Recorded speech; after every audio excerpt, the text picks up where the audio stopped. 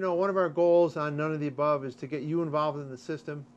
And there's no greater good in terms of getting you involved than convincing you to run for office. Step up, make a difference, get involved in the system. Today we're going to interview Carl Lozer, who's doing just that, get some insight into lessons learned, and hopefully push you over the goal line in terms of convincing you to get involved too. Carl, welcome to the show. Thank you. Thank you, Steve. Congratulations on running for office. These are the true heroes in our society, the people that are stepping up and trying to make a difference. What caused you to decide to step up? What was the trigger point for you in terms of getting involved? I just got so tired of government interfering with my life that I really wanted to make everybody else's lives better. So, I really wanted to see the future generations and my generation to be able to live a good life. And then my more selfish reason, I'm trying to leave a legacy for myself and my family. So, and bring my family the Lozer last name, bring good attention to it. Well, I think you're doing that, and you've decided to run what makes you a hero in my book. How did you pick the particular office that you decided to run for, in this case, State Senate in Virginia?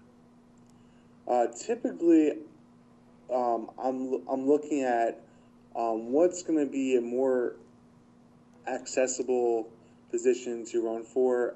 I noticed that this office seat, the incumbent was no longer going to be running. Typically, when the incumbent runs, they typically win.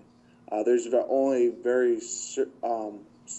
very minute cases that exist where the incumbent doesn't win. So typically, if you're in the incumbent, you win, and it's unless you're not doing your job, which most of them aren't anyways. But unless the public sees you're not doing your job, then that's when it starts to happen. And we talk about that on my show here a lot, Carl. All the advantages of incumbency, I call it incumbency protection, whether it's redistricting, the money, ballot access, you name it. So in your case, you were able to have an open seat to run for. And to me, that's probably a great reason to run for that seat. In deciding to run, assuming you had a choice of running as a Republican, Democrat, Independent, third party, how did you happen to choose third party, and how did you happen to choose Libertarian? Well, there's many aspects you need to look at when you're choosing what party you want to run for. Democrats and Republicans, I don't really see much of a difference anymore.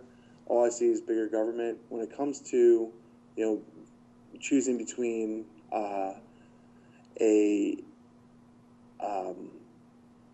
third party or a independent, you have a choice. But the main thing is, the reason I chose third party and then I went to choose Libertarian is because I belong with the Libertarian Party. I feel like it aligns my views the best. I think government should be out of our lives, and that's the reason I chose the Libertarian Party. Also, they have a lot more support. It's when you're with a party, you have a lot more collective individuals that can help you and get support you need. If you're running as independent, typically you have a lot less support, but you also have to use your resources a lot more efficiently. So it's a little bit more difficult. I will say, as running as a third party is not as easy as well. You still have a lot more of those. Money is always a hard resource to come by, but you have a lot more volunteers readily available than you would if you're just an independent. So that's what I saw.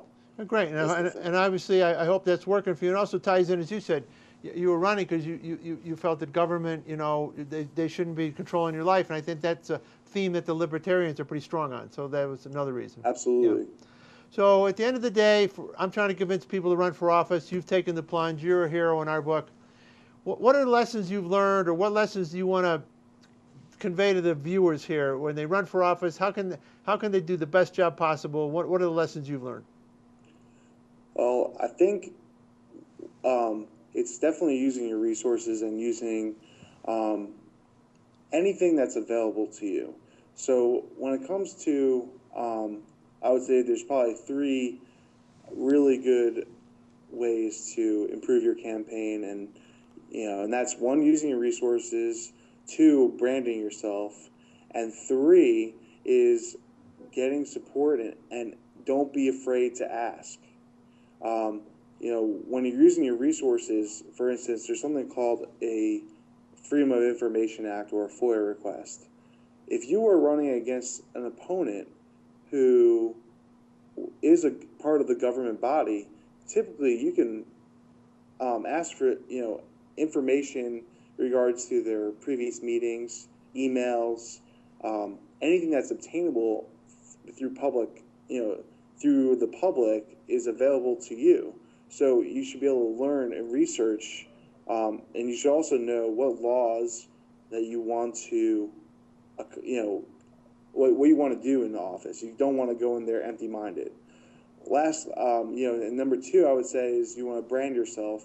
And for instance, when it came to my campaign, I have a horrible last name, some people could say, but to me, I made my last name into a way to brand myself, and that is by my last name is spelled like loser. It's pronounced loser, but my campaign's Loser for Liberty, and my name's Carl Loser, and I have a trend on Facebook where I have people who support me throwing up the loser L, So I think that if you brand yourself correctly, and it can be many different things. If certain people wear, you can wear a certain,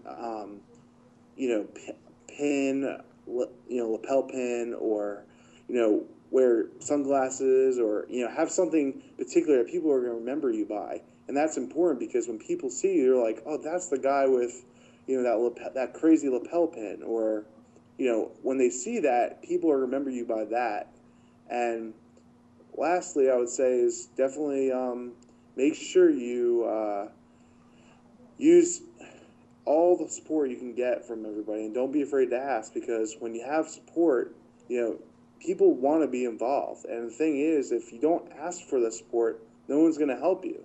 So you got to be the leader, and you have to initiate the conversation. No one's going to come to you saying, yes, let me ask for support. You may have one or two, but really it comes down to asking. That's the biggest key. Carl, we thank you for your time. We wish you well.